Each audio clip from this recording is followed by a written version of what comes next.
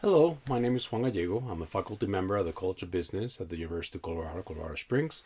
Today we're going to talk about preparing yourself as a leader for this new normal, this recovery phase that we're all going to be going through in the next 3, 6, 12 months.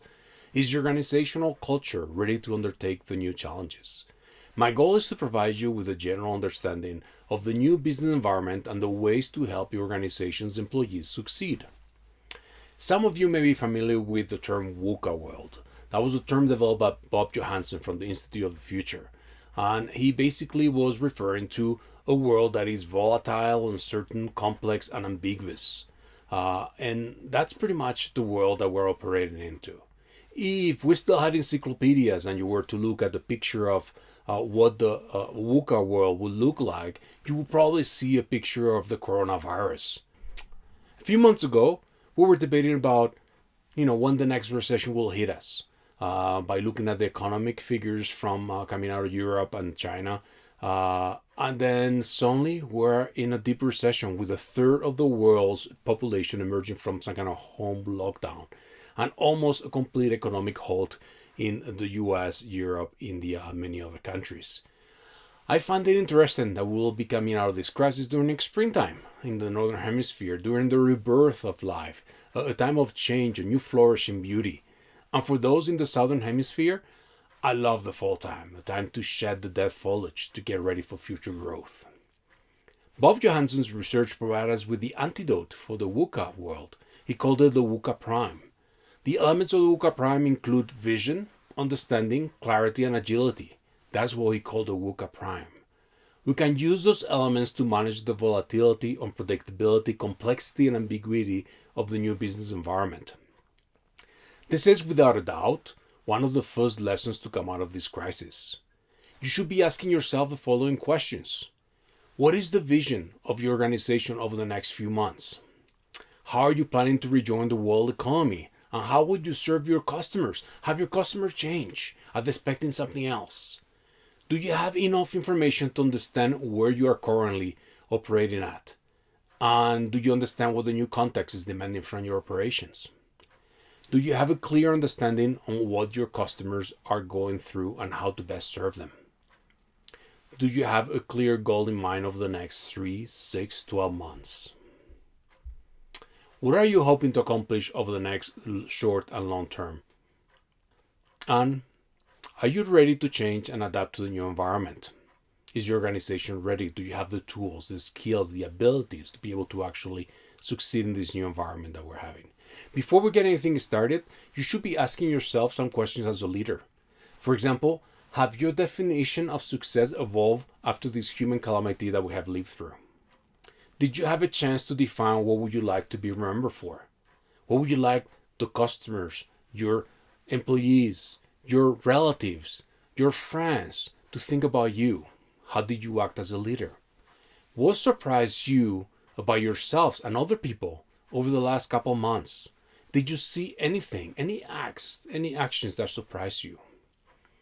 What new joys did you develop during the quarantine? And what new habits have you developed? Are you one of those people that start cooking? Are you one of those people that start baking? Did you pick up a new instrument and learn about it? Did you pick up a new language? What did you do over the last couple months while you were in lockdown? Self-awareness is paramount for future success.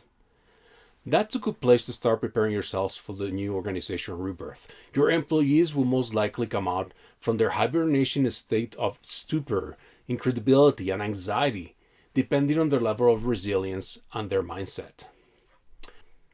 By the way, resilience is the individual ability to build by looking at things from different perspectives, seeing the good and the bad, understanding that any situation could have been made even worse on what it actually was, and that resilience is something that built by looking for the positive of life. So basically, you're seeking the positive of any situation, regardless of how bad it could be. By the way, as a leader, you should be cultivating a growth mindset in your employees. Are they going to use the current situation as an opportunity to grow and develop new skills? Or would they feel defeated, demotivated, and disengaged? The 3 deadly Ds. Are they willing to investigate new possibilities and help them see obstacles and challenges as opportunities to themselves? Are your employees willing to investigate new possibilities? And are you going to help them see obstacles and challenges as opportunities to better themselves? And if your employees and customers have a fixed mindset instead of a growth mindset, they may stand in front of the new obstacles trying to apply all solutions to the new problems and growing frustrated and tired of the resistance. After all, did you instill enough candor in the values of your organization's culture to make individuals feel safe to bring up issues and challenges? Do your employees feel safe bringing up issues and new opportunities? Research shows that being able to speak up one's mind and feeling safe doing so is a good tool to fight burnout that you will most likely be facing as people change gears and reincorporate into the daily work activities of this changed world. Are you making sure that people know how to best communicate, not just with you, but within their team, functions, groups within the organization? Is anyone looking at incivility within the organization? Most likely, uncivil behaviors may grow as people come back from work in their home, working behind a screen and with greater privacy in some areas, dressing code breaks, and having shared part of their lives that they believed were private. As a leader, you need to set an example yourself, acting with humility, asking for recommendations, opening channels of communication, and optimizing the diversity of your team. Ask questions, ask for input. Don't forget that when we talk about diversity, we're going beyond the concept of race, ethnicity, and gender. We're also looking at educational background, personality types, age, economic background. We're seeking difference among individuals that will provide us with many different perspectives as possible. This is the best way to capture new opportunities in a creative way and to grow our employees. We're not talking about vertical development, being able to grow your own people from within, not just providing them with more skills, which is what we call horizontal development. As a leader, you're going to have to cultivate creativity through inclusiveness, to really think outside the box and come up with new solutions that will move from the red ocean to blue ocean. Clayton Christensen, a Harvard professor and a published author, mentioned that there are two types of innovation.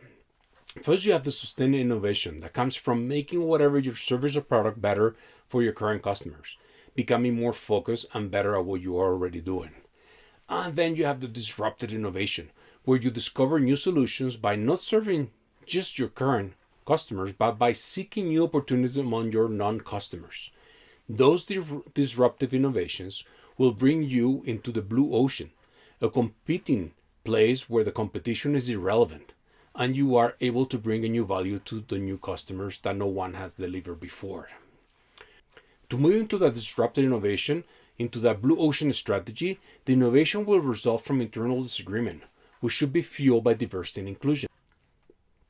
In a 2000 article entitled Meeting the Challenge of Disruptive Change, Christensen and Overdorf argue that in order to innovate and come ahead of the competition on a changing world, you need to have an organization open to change, with a set of values that allow employees to prioritize orders and objectives based on the current context, customer needs and ideas, providing the employees with the commander's intent, the idea that leadership will point to the overarching priorities but not to the how to get there.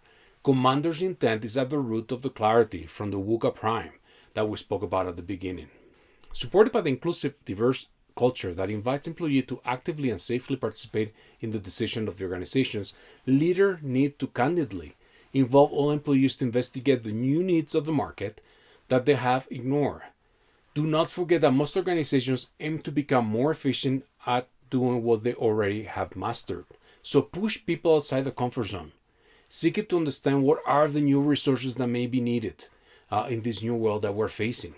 How can we better support that innovative effort from a perspective of changing or creating new teams, new structures, new processes to innovate? After all, challenges are but opportunities waiting to be had. Those that seek those opportunities will bloom again in the new business world that will emerge from this pandemic. Stay safe.